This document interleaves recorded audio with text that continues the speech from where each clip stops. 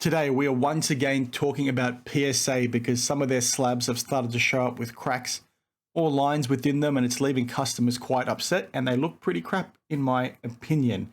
To make matters worse, their response from a customer service perspective thus far has been quite disappointing, but quite where you sort of expect it to be in this day and age, and that's not a good thing at all. So I want to unpack it for you all today because it once again creates a situation where these people and these businesses are charging us top dollar. They want to elevate the hobby, but at the same time, they don't want to elevate the sort of value they're giving us as customers. And I've said that quite a few times on this channel in the past, but today's topic is almost that to a T. So just bear with me as we do, in fact, talk through it. Now, like I said, this relates to some weird lines and cracks starting to show up within their slabs. And it's not just one person complaining. There are multiple photos and threads on Facebook, on Reddit, on forums that I think is worth reading. So please do check them out. This one in particular is from Sports Card Nonsense, and whilst you can't really see it on this Bryce Young card, you can see it on this CJ Stroud rookie, where it's got a weird line there showing up that looks like a crack or a scratch on the card itself. The PSA Flowers has the same line showing up, as does this one over here, and it's not something that's a one-off or anything like that. Like I said, there's quite a lot of people sort of complaining about this, and they are a little bit concerned that if it is a crack, is it going to damage the card or anything like that? Now, this individual who had these 4 cards graded basically reached out to PSA, and PSA said, you've basically got nothing to worry about. They're known as flow lines, and they occur during the cooling process when the mold is created. They go on to say that it doesn't pose any risk, and it just sort of happens. You normally see it on the edges, but this time it showed up in the middle. We can't guarantee that if you encapsulate it again, it's going to fix it. It doesn't do any damage. You're sort of risk-free. It is what it is. Basically saying you just need to deal with it kind of thing, which is a really unacceptable response for PSA to take in the first place. Because number one, they're not charging you small change. Yes, it is a lot less than during the boom, but they just recently, increased their upcharge prices and all that kind of stuff, and increased the window and what certain cards get upcharged for. Yet they want to go ahead and turn stuff like this out. That's not okay. People, number one, get cards graded because they want to, sell them easier. People want to get cards graded to protect them. People want to get cards graded so they can display them in their PC, and sort of have this there is not a good thing, and it sort of ruins and impacts each of those things, right? If you're somebody trying to sell it, somebody might see this and say, well, is the card damaged? Is it, the slab damage? Is it going to scratch the card or something along those lines, right? It's going to be a barrier to you being able to sell your card perhaps. Or, if you're somebody like myself who grades for your PC, if this is sort of sitting on a shelf, you don't want to be staring at that the whole time because it looks like crap. So it's like, what are you doing, PSA?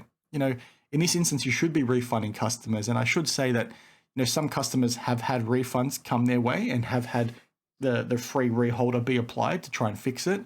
But that hasn't been a consistent approach across the board. There is a number of people basically getting responses from PSA saying, well, you're sort of out of luck. You're not going to get it fixed. And to go into a bit more detail, Rattle Pokemon talked about this today. Somebody shared this with me, and you've got another person here talking to PSA's customer support, and the response was, this time it's not flow lines, it's known as knit lines.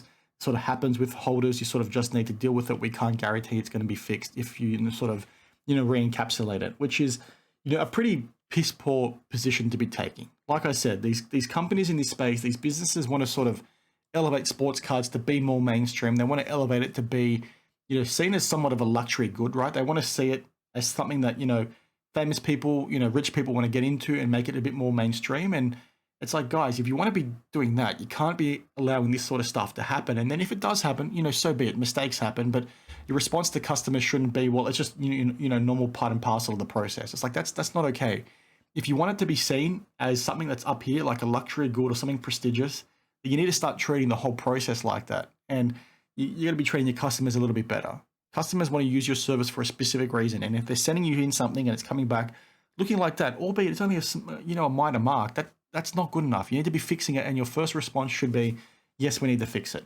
And, as a business, if it means that you've maybe had an issue with your QC, and maybe you've got like 1 million of these slabs where this was, a problem for, well, guess what? Just destroy those 1 million slabs. Like, you as a business have to eat that cost. Don't pass it on to your customers and give them an inferior product. It's not okay. You need to fix this, and you need to fix it, smart. And people call me a PSA hater and all that kind of stuff. I'm not a hater of any company. I want the hobby to be better, and I want to, see the whole thing uplifted. And I want to see PSA respond to this. I want to see PSA fix it because that's better for the hobby as a whole. Like, to sort of justify this and just say, get over it is not a good position to take either. Like, PSA, sort it out.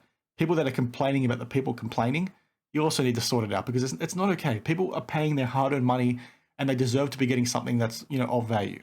Because you know what the problem happens is, or what this spirals into, I should say, you justify this, you let this get, let slide, and then next thing, they take it one step further and give you an even more inferior product and even more of a reduced value in terms of the product they're giving you. It just gets worse and worse. So you need to sort of call this crap out when you do see it. So, it is what it is. I just wanted to share my thoughts on that one, because like I said, I've had a few people reach out and are sort of all over, Reddit and, Blowout and Facebook groups, Sports Car Nonsense, to name a few. So it's just a bit crazy. And again, some people are trying to justify, but it's like, guys, fix it. It's not that hard. And it's not a good look for you as a business, especially when you want to be at the forefront. And it's, like I said, just fix the bloody thing. So, if you guys are floating around the internet or you're shopping on eBay or some other platforms and you see some of that marking, just keep in mind it's probably what we just talked through in this video.